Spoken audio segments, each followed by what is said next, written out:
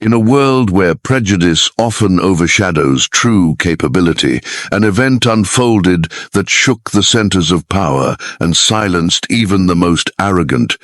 They labeled him the symbolic leader of a small nation, and they didn't hesitate to show their contempt. Not even U.S. Defense Secretary Pete Hegseth. Yet, just 15 minutes after the aircraft took off, what happened in the skies shattered every preconception and redefined the concept of true strength. This was not merely an extraordinary flight, it was an epic of iron will, unwavering resolve, and latent strength qualities powerful enough to shift the balance and compel the world to listen. Before diving into the story, comment where you're watching from, and don't forget to subscribe so you won't miss the latest stories. That morning, as the Burkina Faso presidential plane gently touched down on the fog-covered runway of Andrews Air Force Base, just outside Washington, D.C., it was not merely a diplomatic event. Ibrahim Traoré, the young president of a West African nation straining under the weight of extreme poverty, rampant insurgencies, and the heavy legacy of colonialism, stepped off with quiet confidence. His eyes, framed by closely cropped hair, radiated unwavering determination, reflecting a fierce desire to free his country from dependency and demand equal respect on the global stage. He came not to beg, but to open a new chapter for Burkina Faso, one written with dignity and self-reliance. Meanwhile, in the capital of Washington, Ibrahim Traoré's name was but a faint blip, barely noticeable in the dense stream of news in a superpower to U.S. Defense Secretary Pete Hegseth, a powerful figure with steadfast conservative views and a firm belief in American superiority. This visit was just one of countless begging formalities from lesser developed nations, devoid of strategic significance. Hegseth's contempt was quickly and openly displayed with arrogance. On national television, during a morning news program, he made no effort to hide his attitude. With a mocking smile permanently etched on his face, Hegseth shrugged dismissively when the host mentioned the event. A captain from a tiny Sahel nation coming to America for what? To beg or to learn how to drive a toy tank? His tone dripped with biting sarcasm, prompting laughter from the studio audience. The Pentagon is wondering if we should send him a manual for a children's toy. Hours later, news leaked that Traoré had expressed a desire to personally test fly an F-35 Lightning II. The information instantly became a hot topic, offering Hegseth a golden opportunity to continue his attacks. He appeared on the media again, his voice booming with ridicule. "The president of Burkina Faso wants to fly an F-35? That's laughable." He must have mistaken our military base for an amusement park. Hegseth's eyes were sharp, filled with challenge as he stared into the camera. "If he can fly that plane for more than 15 minutes without crashing, I, Pete Hegseth, will personally fly a paper airplane from the Pentagon to the Capitol." That statement, intended as a mocking jest, became a fateful challenge, foreshadowing a seismic event that would reshape all perceptions. Ibrahim Traoré and his delegation were escorted by a military convoy. The vehicles rolled steadily along a quiet highway under tight security oversight, heading straight for the heart of American military power, the Pentagon. The atmosphere inside the armored vehicle was one of cold formality, starkly contrasting with the calm Traoré maintained.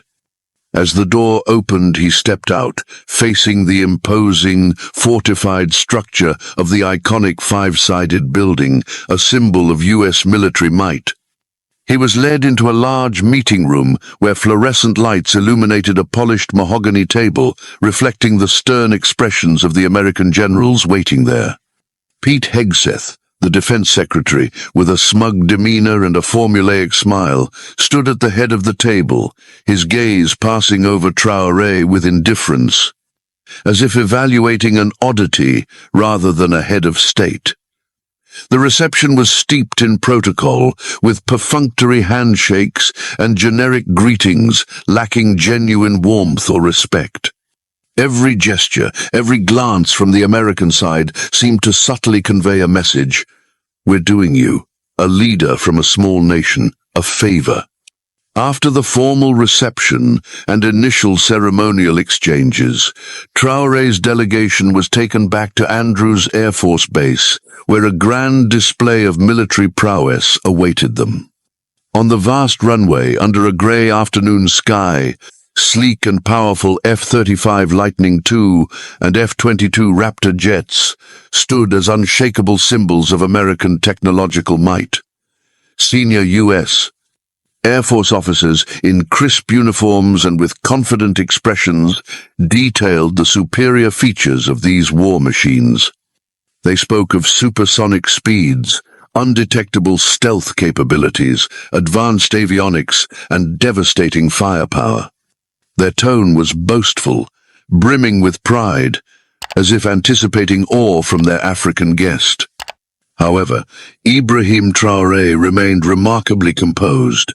He listened with absolute focus, his sharp eyes scanning every detail of the aircraft, every technical specification presented. Instead of the admiration or astonishment the Americans expected, he posed questions. His inquiries were not those of an ignorant observer, but incisive, cutting to the core of real-world combat performance, maintenance in harsh environments, and compatibility with specific tactics. An American general discussing the F-35's advanced radar system faltered. Momentarily thrown off, when Traoré asked about its resilience against non-standard electronic countermeasures, a question even seasoned pilots rarely posed. Hegseth, standing nearby, furrowed his brow, visibly irritated by the guest's audacity. The diplomatic dinner took place in an elegant government facility dining room, where small talk mingled with whispered political messages over clinking wine glasses and silverware. In a rare moment of silence, Pete Hegseth, his face tinged with challenge, spoke up.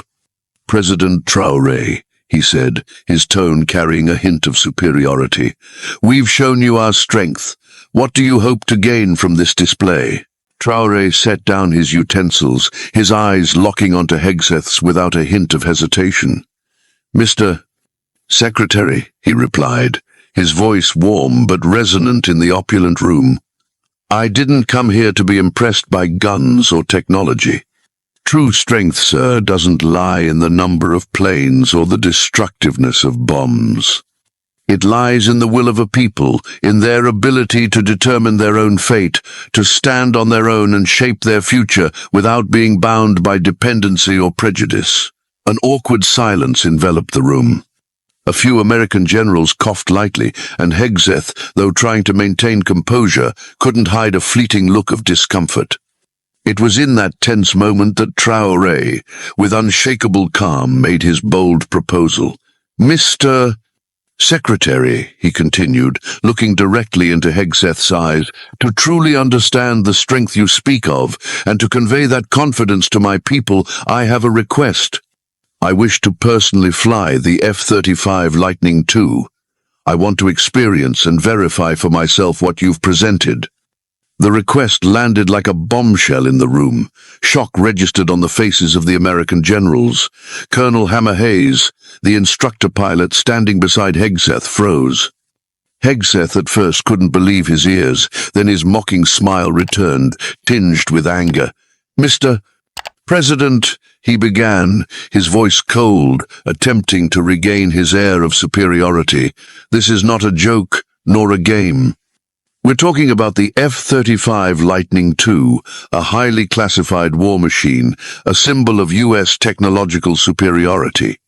Allowing a head of state with no experience in modern fighter jets to touch it is unthinkable, not to mention the immense security and financial risks. This isn't just an insult to our technology, it's a disregard for safety."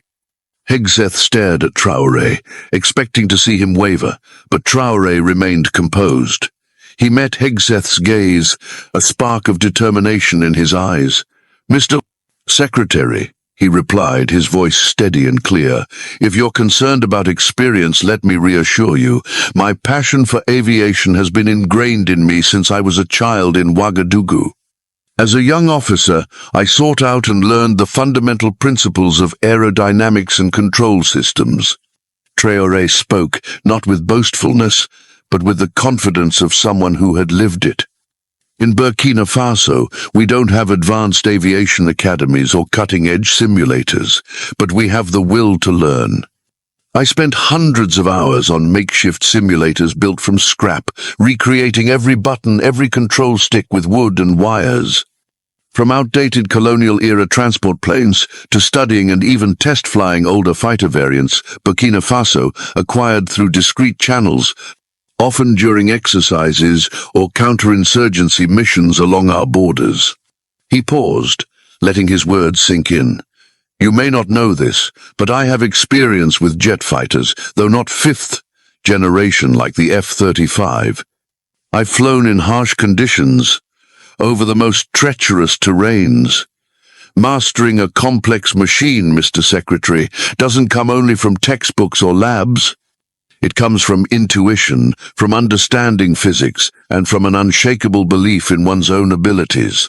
Traore's account stunned not only Hegseth but the American generals present. Colonel Hammer Hayes, who had initially harbored deep skepticism, now leaned forward, her eyes reflecting clear curiosity. As a veteran pilot with thousands of hours on modern fighters, she could sense the authenticity and depth in Traore's words. His earlier precise technical questions now made sense. Pete Hegseth frowned, clearly wrestling internally. His televised arrogant challenge had become a burden. Refusing outright could paint him as cowardly or afraid of a simple challenge from a minor leader. Moreover, it could be exploited by the media, tarnishing America's image. But if he agreed, and Traore failed, it would provide living proof of his narrative about the inferiority of African nations. This was a diplomatic gamble, and Hegseth bet on Traore's predicted failure. "Very well, President Traore," Hegseth finally said, his voice cold but tinged with reluctance. "We'll consider your request. But you must understand this is an unprecedented privilege, and there will be extremely strict safety conditions. You'll fly with an instructor pilot. Colonel Hayes will be that pilot. The flight area will be tightly restricted, and all data will be closely monitored. You must comply with all our safety protocols. Any sign of recklessness or lack of control, and the flight will be terminated immediately." This reluctant approval was, for Hegseth, a tactical move. He believed Traore, despite some experience, would quickly be overwhelmed by the F-35's complex technology or would fly sloppily and be forced to stop. The notion of an African president flying America's cutting-edge fighter jet over Washington's skies was intolerable to his arrogance.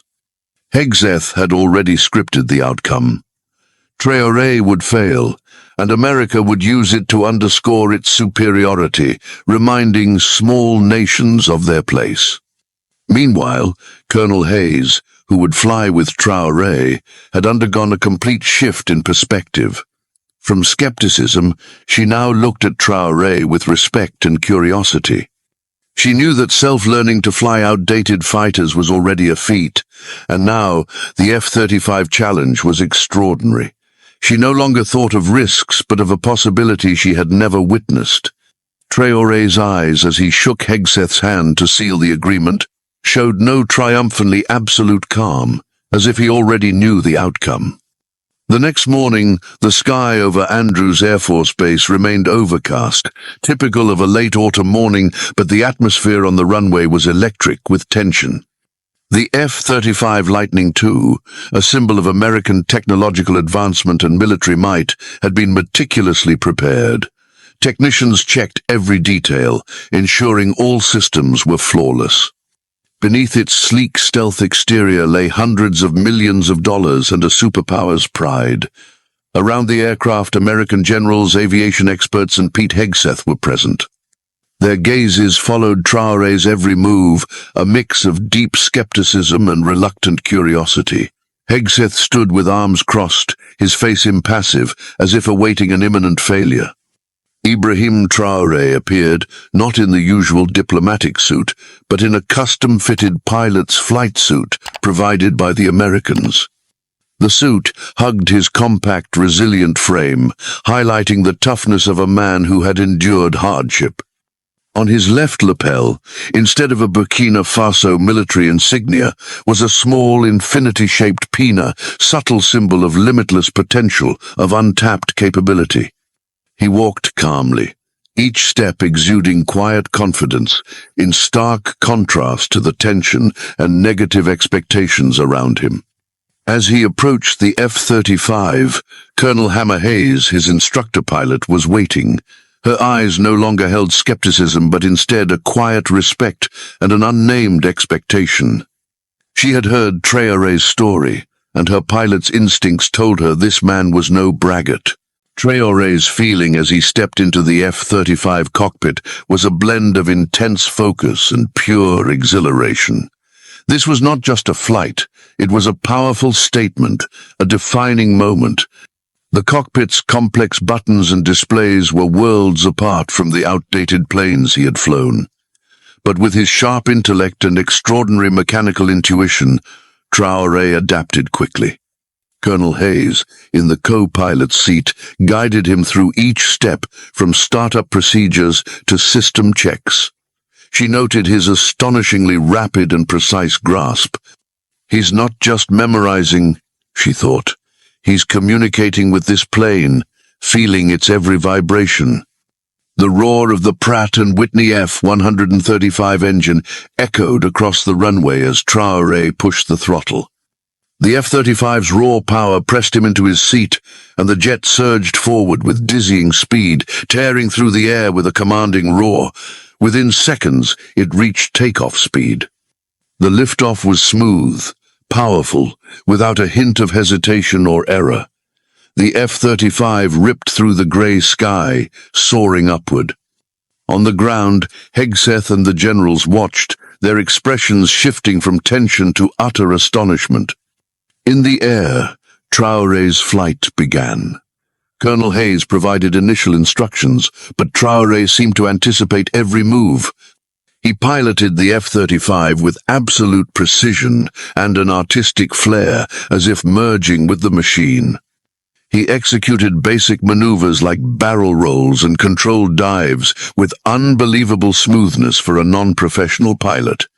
Then he pushed further, testing the jet's limits in ways few test pilots dared on a first flight. The F-35 performed near-perfect vertical climbs, its nose pointed skyward before looping gracefully. He wasn't just following procedures, he was dancing in the sky, turning the war machine into a tool of expression. Colonel Hayes in the cockpit couldn't hide her astonishment. She had logged thousands of hours with the world's best pilots, but Traoré's handling was different. It wasn't just skill. It was instinct, a rare connection with the machine. He pushed the jet to its limits while maintaining absolute control, an extraordinary calm in a high-pressure environment. "Outstanding, Mr. President," she exclaimed over the intercom, her voice laced with undeniable admiration. Ground monitoring systems recorded exceptional data, surpassing the expectations of engineers and test pilots. Then came the defining moment.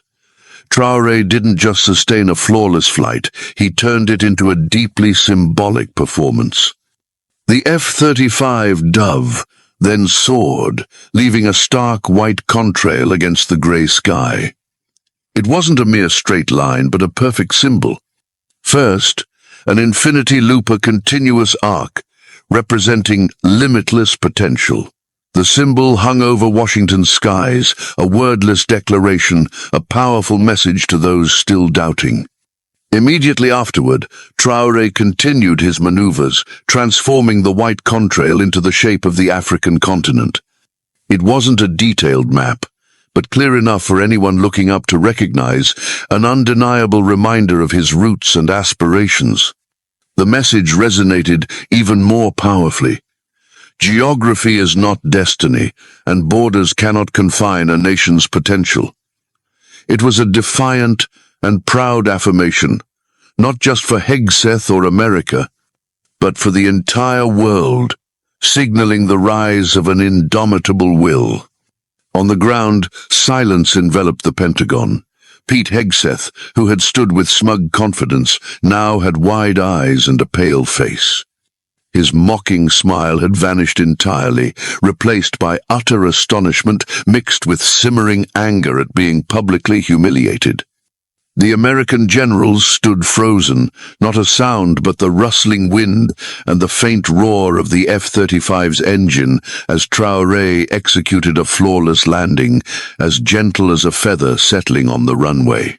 Just minutes after the perfect landing, an eerie silence still hung over Andrews Air Force Base. The American generals and aviation experts stood motionless, not a sound but the whispering wind. All eyes were on Ibrahim Traoré as he stepped out of the cockpit, maintaining his characteristic calm, his eyes betraying a profound understanding. He hadn't just flown a plane, he had shifted a paradigm. Pete Hegseth, the defense secretary, remained rooted to the spot, his face pale, eyes wide, the mocking smile completely gone, replaced by utter astonishment mixed with simmering anger at being publicly humiliated. He couldn't believe what he had just witnessed. His arrogant challenge, "If he can fly that plane for more than 15 minutes without crashing, I'll personally fly a paper airplane from the Pentagon to the Capitol," now echoed in his mind like a curse. He had publicly declared it, and now it had become a hollow promise, a farce he couldn't retract. As Traore exited the cockpit, videos of his extraordinary flight began spreading like wildfire. Despite maximum security measures at Andrews Air Force Base, an event of this magnitude couldn't be entirely concealed. Clandestine videos shot from afar by persistent reporters, leaked internal reports from stunned military personnel, and even unofficially shared radar data quickly found their way to news outlets and social media.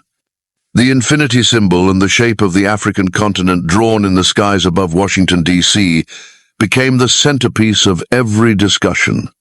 Hegseth and his entourage hurriedly returned to the Pentagon. The atmosphere in the meeting room was now more stifling than ever.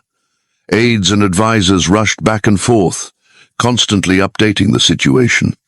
Hegseth, usually confident and in control, now paced with palpable tension. He snatched a tablet from an aide's hand, glaring at the looping video.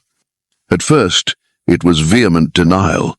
"Fake news, edited footage, a cheap PR stunt by someone.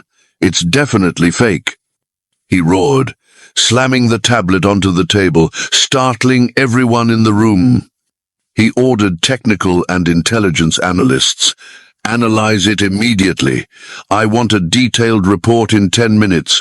Prove it's fake, a product of digital manipulation. Fabricate evidence if you have to." His voice carried authority, but betrayed abject panic. He didn't just want to discredit the video. He wanted to erase the event from history to protect his and America's image. But the truth couldn't be distorted. Reports came in one by one, each painfully confirming the video was real, the flight data was real, and the pilot performing those maneuvers was Ibrahim Traoré. Voice analysis of Colonel Hammer Hayes in the cockpit confirmed her genuine astonishment. U.S. military radar data didn't lie. The flight path, speed, altitude, and maneuvers all matched the video. An aviation expert with a reluctant expression had to admit, "Mr.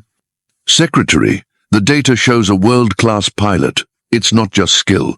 It's a profound understanding of aerodynamics and the aircraft's limits." That admission struck Pete Hegseth like a dagger. He erupted in fury. "What? Impossible. He's a savage. How could someone from a backward country like that possibly?" He stood, pacing the room, his hair disheveled, fists clenched. His anger wasn't just about being humiliated, it was about his core belief being shaken. Belief in the absolute, unchallenged superiority of the West and the inherent inferiority of the Third World. Pressure mounted on Hegseth from all sides. Political advisers within the administration, once his supporters, now called incessantly, demanding explanations, urging him to control the situation. Political rivals, both within and outside his party, seized the opportunity, criticizing the defense secretary's arrogance and unprofessionalism. News channels began replaying the flight video, analyzing every maneuver, and juxtaposing it with Hegseth's challenge. His mocking television appearance now seemed bitterly ironic and humiliating. Reactions from senior U.S. military officers and pilots were equally notable. Initially, many shared Hegseth's dismissive attitude. But witnessing Traore's extraordinary skill, they shifted from mockery to astonishment, even reluctant admiration. "I've never seen anyone fly an F-35 like that on their first try," an Air Force general said in disbelief during an internal meeting. "It's a blend of skill and innate intuition." This admiration, coming from those Hegseth sought to impress, further isolated and humiliated him. He sat in the meeting room, hearing praise for his adversary, feeling a rising tide of bitterness. And then something unexpected happened. America fell silent. This was the climactic moment, symbolizing Hegseth's defeat and a shift in perception. Major U.S. media outlets, especially those once aligned with Hegseth that had broadcast his mockery, abruptly changed topics. Evening news programs stopped mentioning Traore, or if they did, spoke only vaguely of a successful visit without referencing the flight or Hegseth's challenge. Social media still exploded, but mainstream media, as if by unspoken agreement, chose to mute the incident. They couldn't deny the sky's imagery, but they didn't want to publicly admit a senior official's error and humiliation. Pete Hegseth, typically vocal and confrontational on television, abruptly cancelled all public appearances. His office issued brief, generic statements about strengthening cooperation with African partners, but avoided directly addressing Traore's flight or his own hollow promises. He dodged the press, refusing to answer questions about the incident. This silence, a stark contrast to his initial bombast and arrogance, was the clearest evidence of his humiliation and admission of defeat. In his private Pentagon office, Hegseth sat alone, staring at his computer screen.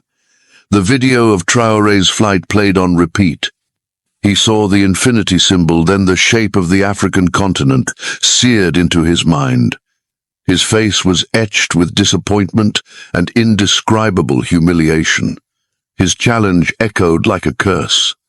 He had broken his public promise, and there was nothing he could do to erase that moment. America's silence was also Pete Hegseth's silence, a louder admission than any words. The next day, the atmosphere in the Pentagon meeting room had completely changed. Gone was the condescension, the formulaic smiles, or the dismissive glances.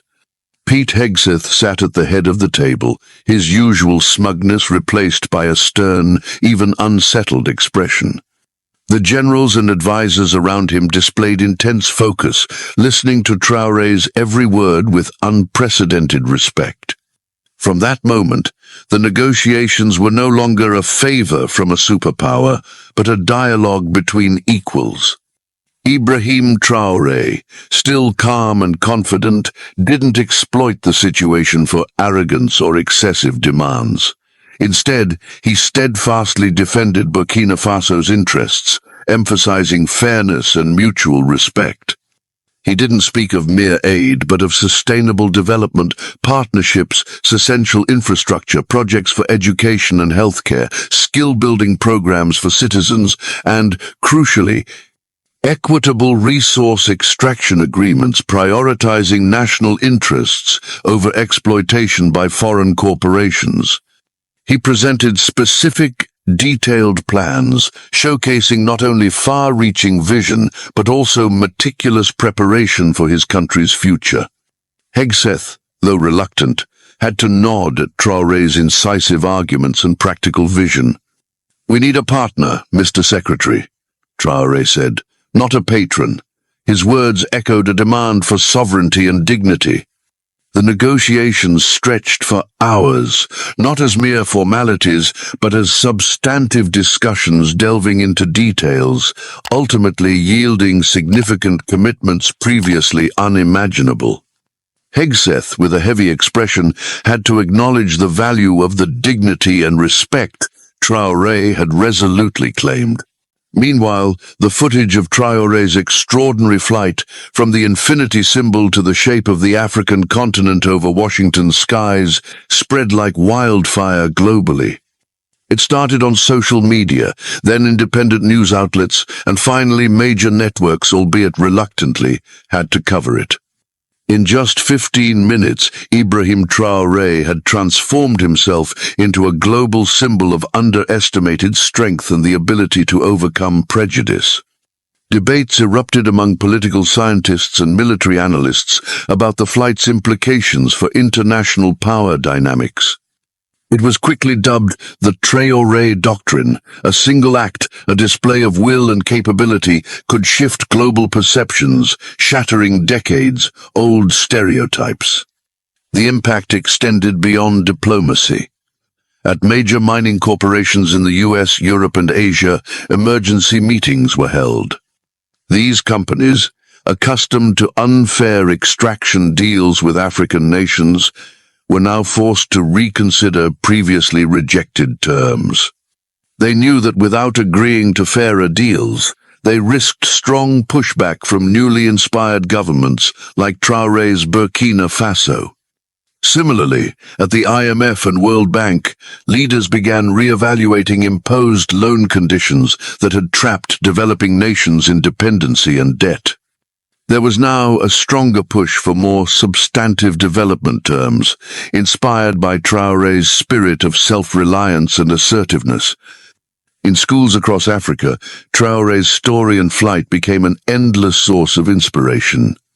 Old walls were painted with images of the F-35 tracing the infinity symbol, and history lessons added a new chapter about the young president. A physics professor in Lagos told his students, "The limits others impose on you are fiction. The limits you accept are real."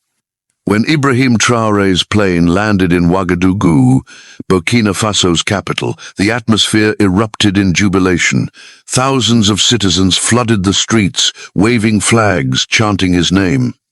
It wasn't just a welcome for a returning president, but a celebration of a hero who had brought pride and dignity to an entire nation.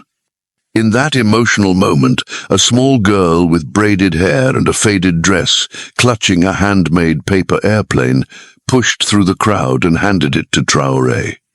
He knelt down, his gentle eyes meeting hers, and smiled. "Never believe those who say you can't," he said softly, his voice filled with authority and warmth. That image of a great president kneeling to speak to a little girl, and his words spread widely, becoming a powerful symbol of Africa's newfound hope and confidence, a reminder that potential lies in every individual, regardless of origin or circumstance. Ibrahim Traoré's flight in the F-35 was not just a shining moment, but a spark igniting profound change, starting in the very corridors of power in the United States. In Washington, emergency meetings shifted from damage control or public appeasement to reshaping foreign policy. Pete Hegseth, who had publicly mocked Traoré, now faced a harsh reality. Old attitudes were no longer tenable. Pressure from international opinion, diplomatic partners, and even within the US administration forced him to accept an undeniable truth that strength lies not only in technology, but in resolute will and self-assertion. At major mining corporations based in the US, Europe, and Asia, accustomed to profiting from one-sided deals, anxiety grew.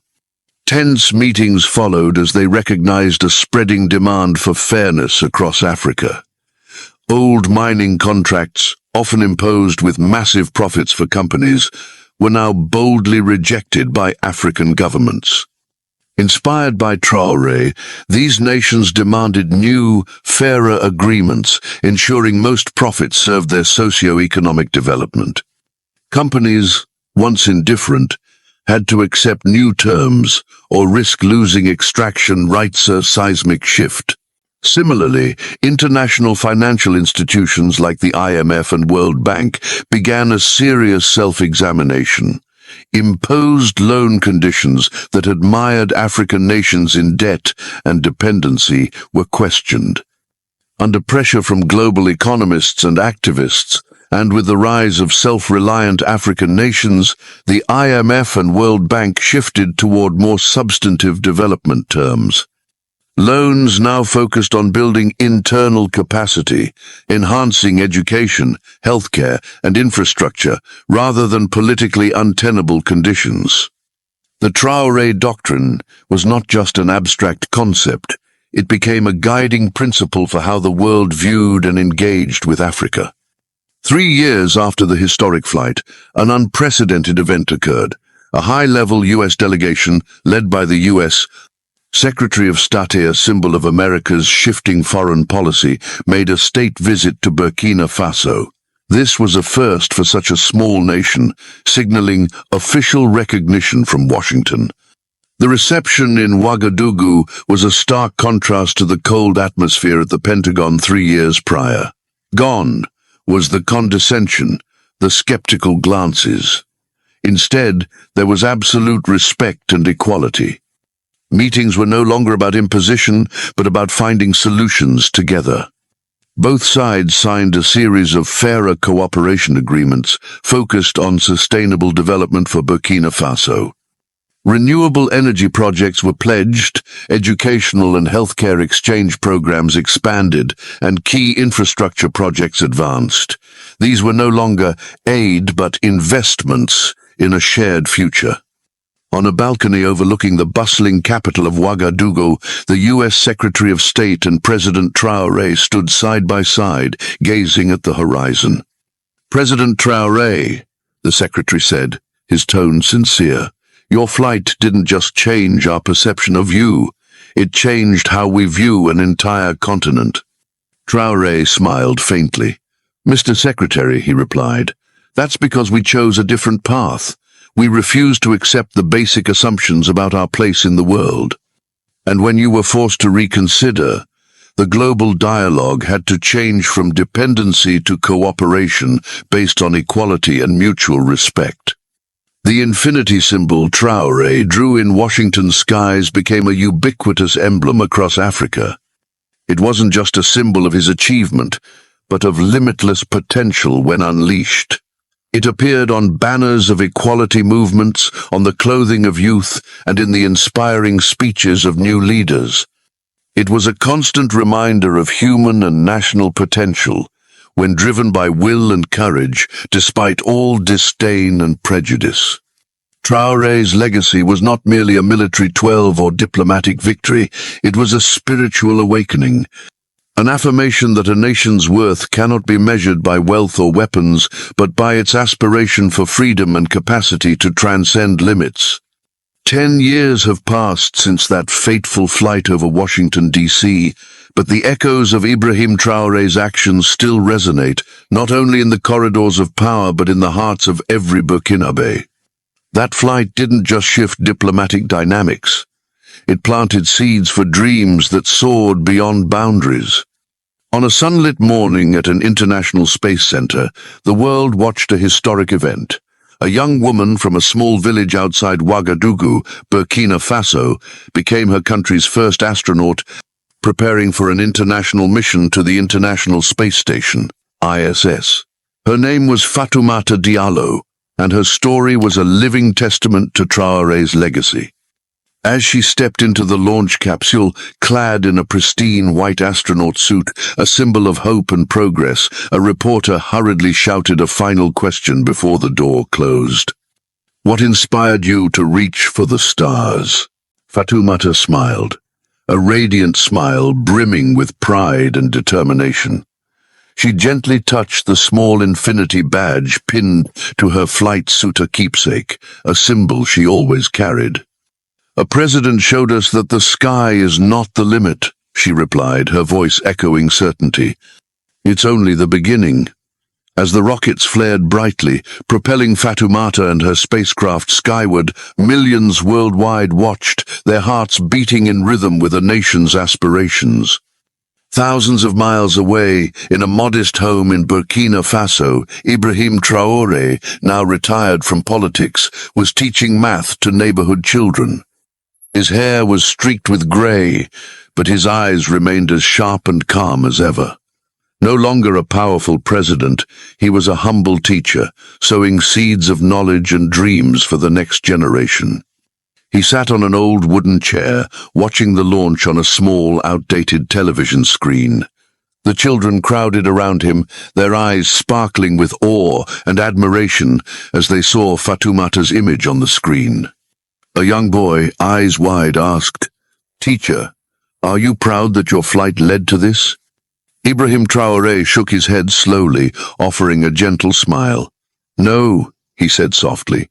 "I'm grateful because this was always possible. All I did was refuse to accept that it wasn't." His words, though simple, carried an eternal lesson. True strength doesn't announce itself with threats or boasts. It manifests through action, through relentless will, and the ability to overcome all prejudice, and once revealed, it can never be denied. Traoré's legacy was not just an extraordinary flight or fair diplomatic treaties. It was a ceaseless reminder that human and national potential is limitless when fueled by will and courage to prove it. The story of Ibrahim Traoré and Pete Hegseth's silence is not only an epic of will and resilience, but also a mirror reflecting the challenges and opportunities in modern society. Secretary Hegseth, with his mocking remark about begging or learning to drive a toy tank, represented the arrogance often found in a superior-inferior mindset, seeing only origins rather than talent. This serves as a reminder that in a diverse society like America, underestimating others based on their background or circumstances risks missing extraordinary talent and groundbreaking ideas that can come from anywhere. Prejudice, as the story proves, is the enemy of potential. Traoré, who taught himself to fly from scrap and later piloted an F-35 with mastery, proved that true capability is not limited by initial conditions or origins. His actions eloquently dismantled every stereotype. This is a powerful reminder that in America, where every individual has opportunity, we must provide space for people to prove their worth rather than relying on outdated assumptions. True ability will speak for itself. And then, the silence of Hegseth and mainstream media in the face of undeniable truth is evidence of a costly lesson in humility. When arrogance is shattered by reality, only acceptance and change lead to progress. For the United States, this means being ready to confront shortcomings, listen to different voices, and eliminate entrenched prejudices to truly achieve a fairer society that unlocks everyone's potential. The story of Ibrahim Traoré's extraordinary will changed perceptions and reminded us of the hidden strength within each person. If you feel inspired by this journey, don't forget to subscribe to the channel to join us in exploring more meaningful stories of resilience and timeless lessons. See you in the next video.